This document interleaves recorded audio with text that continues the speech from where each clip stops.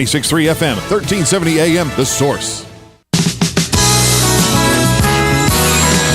WOCA.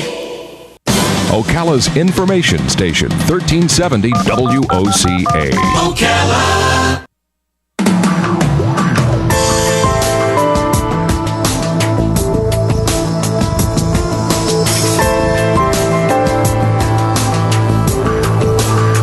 All right, 21 minutes after 9 o'clock. Thank you for tuning in. Nice looking Monday morning. We've got a beautiful park in Ocala that most people think of as a cemetery, but we've had so many events over there that you do realize that it's more than just that. It is, of course, Highland Memorial Park. We've been there for so many different events.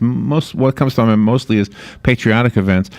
Jim March is here. Jim is the manager of Highland Memorial Park. Good morning, Jim. How are you? Good morning. Nice to meet you. Thank you for coming in. Very happy to be here. So there was a story actually this morning in the Star Banner regarding the flag, the wreaths, the 1,700 wreaths. Yeah. Tremendous program. Yeah, that is so 1,700 wreaths will be actually on display at Highland.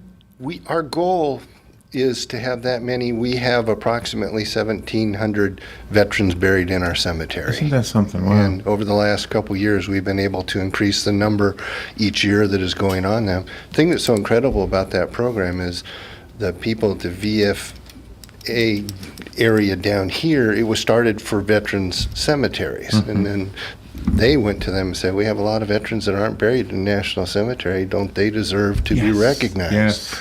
And so it's a grassroots thing, and these guys just put a tremendous amount of time in. They're truly patriots. I can remember as my dad was getting close to knowing that he was going to be leaving us, and he has since passed away, he chose to not go to Bushnell, to have his body in Bushnell, and instead to have it in the cemetery near where my mom would be able to visit him. And that was the main reason. He didn't want her to have to travel all the way to Bushnell. And it's a tremendous benefit that veterans get, but there are a lot of benefits to a local cemetery as well. Yeah. So what are the challenges of being a manager of what's known of as a cemetery? But you guys go the extra mile. I've never actually known of a cemetery that did this. So you have actual events there. We do. My attitude has always been, anytime somebody comes to your cemetery to visit other than attending a funeral is a positive thing. So we encourage anything that we can do to get the word out and come see what a beautiful place we have. Do you have an area there that has no bodies? How do I ask this question? Are there places there for picnics and things like that? Well, not so much. Nothing would see me or make me happy to see a family come out, spread a blanket, and have a picnic at that just says how comfortable they feel in the setting and so forth that we have. Yeah. But to say a picnic area and so forth, not really. Okay. Well, and the only reason I ask you because once in a while there'll be a picnic there. I mean, you advertise that all the time.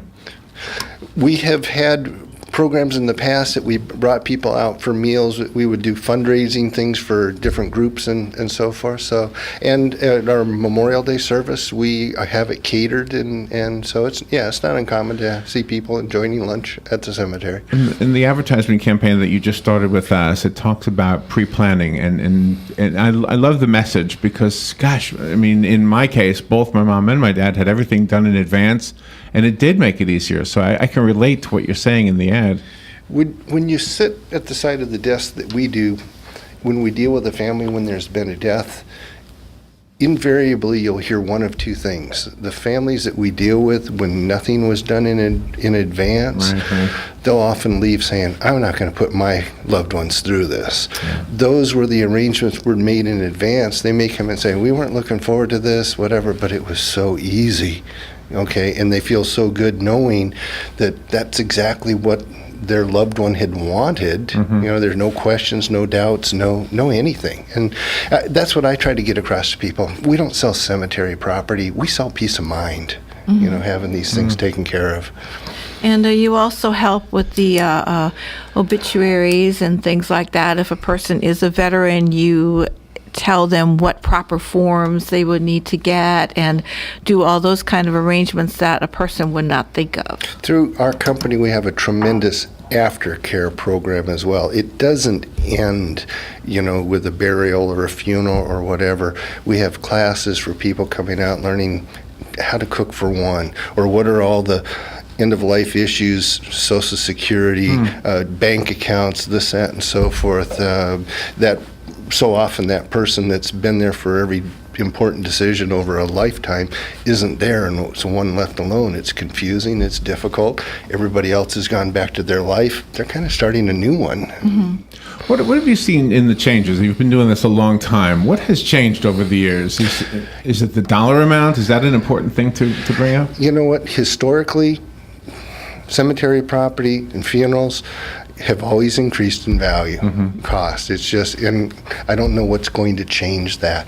The thing more than anything else that's changed, I saw a study here recently, 87% of baby boomers do not want the same funeral that their parents had.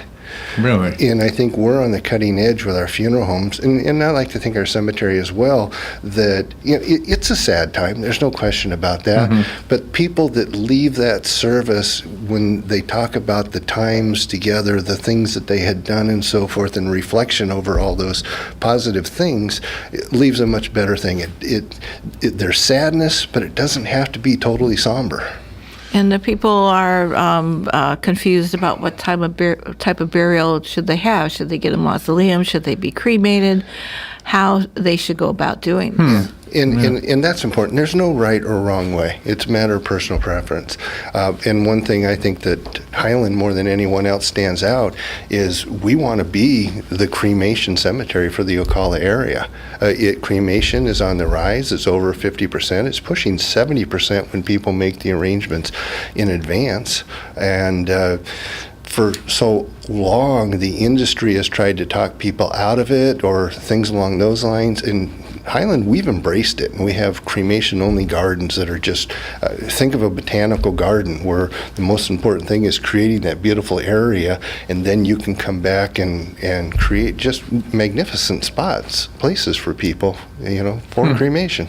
Are there opportunities to perhaps memorialize somebody in other ways besides a headstone? Are there benches and things that you could maybe buy? Lots benches, absolutely, and then even there's a thing called a cenotaph. Everyone knows what the Tomb of the Unknown Soldier is. You've got a body, but you don't know who it is. A cenotaph is kind of just the opposite. Perhaps someone is buried somewhere else, or this, that, and so forth, but they want to memorialize something. We've got a little tree, a bronze tree that they can put a leaf on to memorial. Or often we'll deal with a widow. She moved to Florida 15 years ago, may have buried her husband back in Pennsylvania or something. When her time comes, or when she makes the arrangements, we'll suggest, why don't we put your husband's name on the memorial as well? He's not there, but it doesn't change the cost of anything to have a second name on, and they have the opportunity to plan a little bit. It kind of brings back the importance of planning and dealing with somebody that knows the ropes a little bit to get the most out of what you want to do. I've never heard of that before. A cenotaph. That's what you call it? Exactly. How's that spelled? With a C? Starts with a C. Cenotaph. So are these options, I'm guessing that in a short interview like this, we just scratched the surface. Is this something that people come in and sit across the desk and discuss with you? Is that typical? What we encourage people to do is come out and take a tour of the cemetery where you can see all the different options and choices and so forth. We provide all of our families with a pre-planning guide that in this booklet, if they fill out all the questions and the data that goes into it, 90% of the questions that they will be asked on the worst day of their life that they're making arrangements for somebody, they'll have all that information there. Okay, so that's a part of it.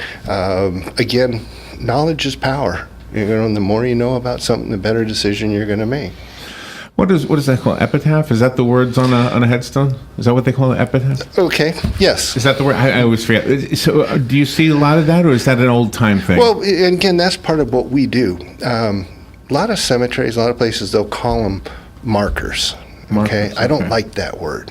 Okay, I can mark a grave by sticking a flag in it or a stake and whatever. We sell a memorial because it's so much more. It's not just to mark a grave. It's to tell a little bit about who's there. Okay, what's the story behind this? You know what I want on mine? I want to say I will not be back right after this. One of the best ones I ever saw, or I helped a family set it up. It was the kids when Dad had died, and you have, they call it a line of remembrance that you can put on it. Under Dads, they put, "Why are you late?" And under Moms, they said, "Have you eaten yet?" And it certainly has nothing to do with what you would think of the total memorial thing. But those are the first words they'd hear out of Mom's and Dad's life, and it left such a positive memory when they put that together. Oh, really? Yeah. I always wondered if Johnny Carson has "Here's Johnny," right? That would work, huh? Jim, nice to meet you. Thank you for coming in. I know you and Joe have been working for a while, and I've kind of seen you in passing, so it's nice to get to chat with you. For those who are interested in learning more, you want to take advantage of preparing in advance before you die. I mean, it's a tough thing to say, but hey, we're all going to die one day.